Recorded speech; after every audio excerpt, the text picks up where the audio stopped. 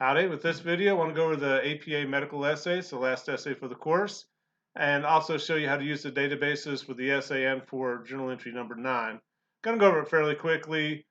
Basically this is going to be a narrative research essay. You're going to tell someone's story and you're going to put the research into it.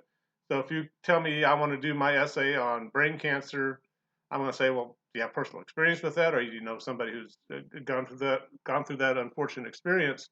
If you say no, then I'm going to say, well, you can't do the essay on that, because half the essay is going to be you telling the story of someone you know, and it could be about yourself as well. But this is going to be a 1,500 word minimum essay. Generally, word count is not a problem on this essay. And it can be the medical topic of your choice. It does not have to be a life or death topic.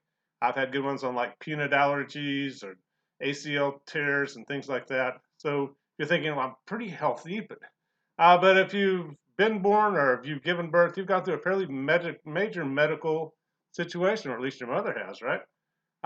So we've all kind of had these different problems. And again, it doesn't have to be life or death. Don't try and think in terms of major disasters.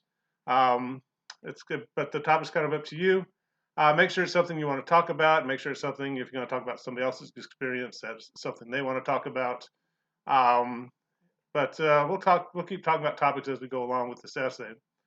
The word count doesn't include the title page, abstract page, or the references page. References page is what we call the works cited page in APA format. An APA format stands for American Psychological Association. It's just a different way to document research papers. If you're going to be a nursing major or into the social sciences, you're going to be using APA quite a bit more than you will MLA. So you want to be introduced to this and make sure you kind of know what's going on. You're not going to worry about 3-point thesis. Generally, in my Comp 1 classes, we start with a basic 5-part essay. We didn't do that in this class. We didn't have time to. So we're not really worried about that. But again, about half the word count should be you talking about the person's experience, the other half with the research. But again, the focus of the story is the focus of the essay is you telling someone's story and then putting the research into their story. You should use at least 3 authoritative sources. These sources should keep getting better and better as we go on with the essays. With the song analysis, I'm like, well, you can use Wikipedia, I guess. That's where you're going to find that information. For medical topics, you can't, go to Billy Bob's Auto Repair and ACL site, unless Billy Bob's, a medical doctor and can speak authoritatively on ACL tears. But generally, that's not how it works. You just don't want to find anybody on the internet. You want to make sure you know who the author is, that it's been peer reviewed. That's an authoritative medical source. We're going to look at the databases at Northeast State. If you're coming out of high school recently, Northeast State uses the same database as the high school does. The high schools do. The TEL databases, Tennessee Electronic Library. These are your tax dollars at work. So we're all using kind of the same databases because they're free. They're also really good as well. We'll see this here in a second. You can use other sources, but they have to be reliable, authoritative sources, not Wikipedia or not somebody just talking about their ACL tears or whatever topic you got to do. But a very authoritative authored source where you know the author and they're making sense within their work there, of their source. Generally want to try and avoid books. By the time a book gets published on a medical topic, it's starting to get a little bit out of date, especially with technology these days. And part of the technology might be part of your essays. We're learning all these new things and all these new techniques, and good, right? We want our bodies to be fixed when they go awry there. You have to use at least 2 images. These are kind of up to you. Again, if you're going to do it on somebody else, make sure before you use their image, make sure you ask permission. We're not going to broadcast this on the open internet, but you are going to do peer reviews, and other people are going to see these pictures, so it's not 100% private or anything. You're going to have long quote, short quote, summary, paraphrase, all the fun punctuation. Want to kind of avoid you. You're not telling me how I can deal with the disease, but you might have you as a hook in like the first paragraph. Quite often, essays that start dealing with something like Alzheimer's or dementia start off, well, have you ever lost your keys? Have you ever forgotten where you were going while driving in a car? And most of us answer that question like, yeah, and then the essay kind of says, well, that's normal, but here's when a problem starts to occur. So some components to this essay. One, you're going to be comparing the person's experience with your research. If you're going to talk like I'm just going to stay focused on ACL tears. Going to start talking about your ACL tear. How does that compare to other ACL tears? Was your surgery a lot more complicated, or was yours you get kind of lucky and it was a pretty easy fix? Uh, and there's going to be that sense of comparison between what you or the person went through and the research. Also, there's a process to most medical problems. This is going to depend on the medical problem, but generally you start off, you're kind of fairly happy, healthy, normal person. Then something happens, you get symptoms. For something like Alzheimer's or dementia, these symptoms take years and years to manifest themselves. For something like an ACL tear, it might be, I went to kick that soccer ball and pop, I was on the ground screaming in pain. So everybody's essay is going to be a little bit different. You're going to focus on different things here. But generally, at some point, you get diagnosed. You might start looking at some of the causes. If you're talking about lung cancer, if you're talking about Uncle Joe who smoked 4 packs a day, you might start linking cigarette smoking to lung cancer, right?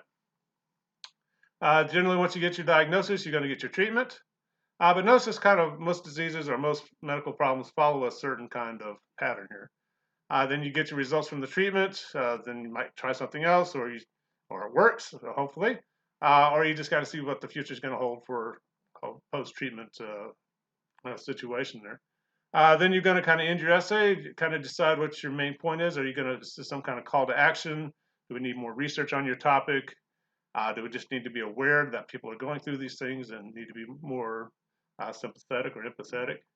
And it kind of depends on your topic there. But kind of keep that in mind. And this is why generally word count's not a problem. When you're going through all these different steps, probably the problem is going to be narrowing that topic down a little bit more. For something like an ACL tear, you may focus a lot more on the physical therapy involved in recovering from that injury.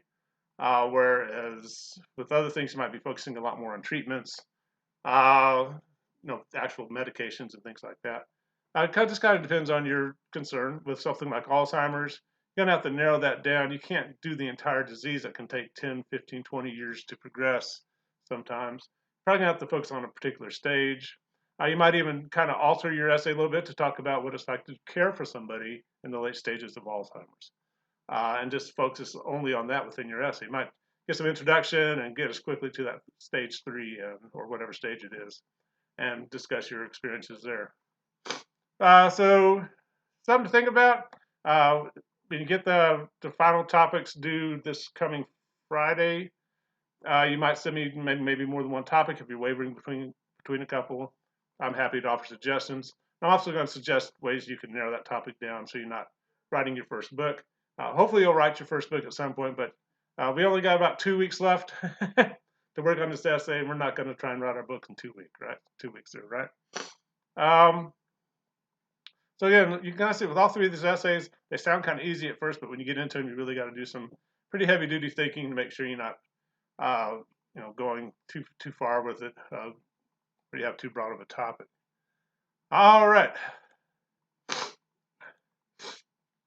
Sorry, got the snots here. So for journals 7 through 9, we're getting into AP8 formatting. That's the American Psychological Association. They just moved from the 6th edition to the 7th edition, I think last October. Most websites are still struggling to get to the 7th edition. They're not really that different. We're not going to, they're so close that we're not going to worry about it too much. So if you're finding something that does it in 6th edition, use it. If you find something in 7th edition, use it. But the Purdue Owls went ahead and updated to 7th edition. So you might see little variances here and there. But try not to freak out about it. It's basically not that different from MLA. You still got to credit your sources. You do it pretty much the same way. You got to put the year of publication in there where MLA doesn't want that. But most of it's kind of like, okay, I've seen this kind of stuff before. It's just a little bit of a different format. But number 7 just wants you to do some research on APA formatting. Number 8, you're just discussing possible topics. And again, this doesn't have to be life or death. I've had it done on teen acne, which most of us survived, and I've had one guy do his on feline leukemia, and he focused on all these treatments he did for his cat, and just the thousands and thousands of dollars he spent on this cat trying to get this cat cured, and it didn't work. And it was a very interesting essay, but he couldn't interview the cat, so he had to make sure he had a strong enough focus where he could get the 1,500 words out of it, and some good research in there. It actually turned out to be a really good essay. But once you try the databases, you are allowed to go to national organizations, but again, authoritative, reliable sources. The number 9 is when I want you to go to the Northeast State Databases, find 3 possible sources for your APA medical essay, and create a references page for those 3 sources. And let me show you how to do that. So we're going to go to the Northeast State homepage. You want to get out of D2L for this. You're going to go to the Students tab, and you want to see something saying fall classes begin August 17th.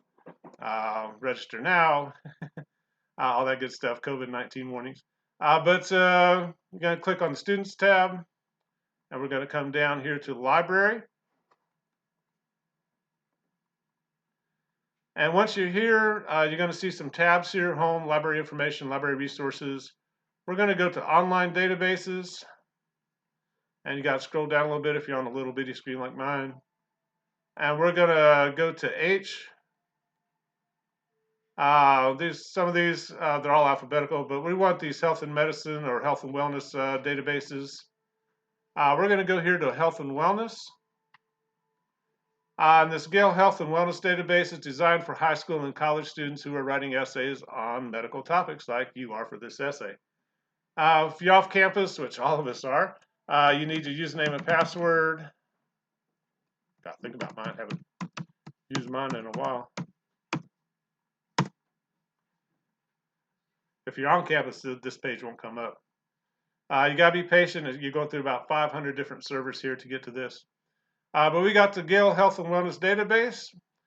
This is a nice one because it's geared towards high school and college students writing essays, not necessarily nurses and doctors talking to each other. Sometimes you'll get these very fascinating medical articles written by doctors for doctors, and pretty soon the language gets too technical and get lost pretty quick. If you come down here to diseases and conditions, you have a fairly common ailment that you're going to be talking about. You can click on that. You can also do searches. Sometimes the searches pull up those medical people talking to medical people thing. But you can see that's all alphabetical. We'll try lung cancer here. And the first thing that'll probably pop up is a little thing about lung cancer. You can read more about that. Also down here, you're going to see there's 97 reference entries on lung cancer, almost 24,000 magazine articles, 28,000 news articles. You're probably going to be focused on the reference. We'll go and click on that. You can also use the first one that pops up. But you're going to see like the Gale Encyclopedia of Medicine is a good one. And sometimes if you see a Care Notes one, that can be a good one as well. Non-small cell lung cancer. One important thing is you got to know specifically what kind of disease you're looking for at this point, right? So if you say I'm going to do mine on lung cancer, I'm going to say large cell, small cell, what specific type of lung cancer, and your response is probably going to be, I don't know. And you got to go ask that person and find out what it is. But we'll go with the first one here from the Gale Encyclopedia of Medicine. And the reason this is a nice one, it's peer-reviewed, it's continuously updated, and it's a nice overview of lung cancer, the small cell variety this time. You get definitions, who gets it, a description of what it is, causes and symptoms, all these things you're going to be putting into your essay as you tell the person's story, and kind of compare their experience with this problem and compare it to the research. Different symptoms, diagnoses. I might even get some good gross out pictures here, so be careful if you have a weak stomach. But again, you're going to use 2 images in here. They can come from these databases if you want to. You just don't have to do some random web search. Also, this nice down here, send you to additional good sites: the Mayo Clinic, Centers for Disease Control, the American Cancer Society. So one, you got this very nice database article, but you also got place where it's leading you to additional research. And the neat thing, at the bottom, it has a source citation. If we were doing this in MLA, there's your MLA version that's going to go on your Works Citus page. We're doing APA. Again, we'll accept 6th edition on this. They moved to 7th edition, but it's really not that different for most of these entries. And that's how the references page entry will look in your essay. Then you just copy and paste that, and you're done. And I want you to do this for 3 different articles, and that'll be journal entry number 9. They may not get to 150 words, that's fine. But I want you to start your research. I want you to see why these databases are kind of popular with students, because it's doing a good part of the work for you. It'll also show you how to cite the article. I'm not sure what's going to happen now. I'm already in there. But sometimes it'll show you how to actually do the citation within the body of your essay. Play around with it a little bit. So the databases are nice. One, they're peer-reviewed. They're good sources. They show you how to do the citations. This is what our society's been building towards, making it easier to do research papers using electronic tools to save some time and crying and wailing and gnashing of teeth. But that's what I wanted to show you. Again, for the journal entries, I don't know if I can get back to that. Oh, yeah, there. For that number 9, you're just going to find 3 sources within those databases and do just what I did. Just highlight the citation and copy it into your journal entry, and that's it for 3 sources.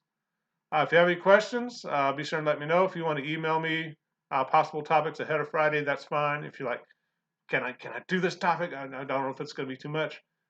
Email me. It's better to get that out ahead of time. It's normal to change topics a couple of times to get a good essay going. Or it's also normal for me to say, hey, you got to narrow that down quite a bit. You're covering 30 years of a person's life. That's too much for 1,500 words. What area are you going to focus on? But that's about it. We'll stop there, and we'll talk to you later. Bye-bye.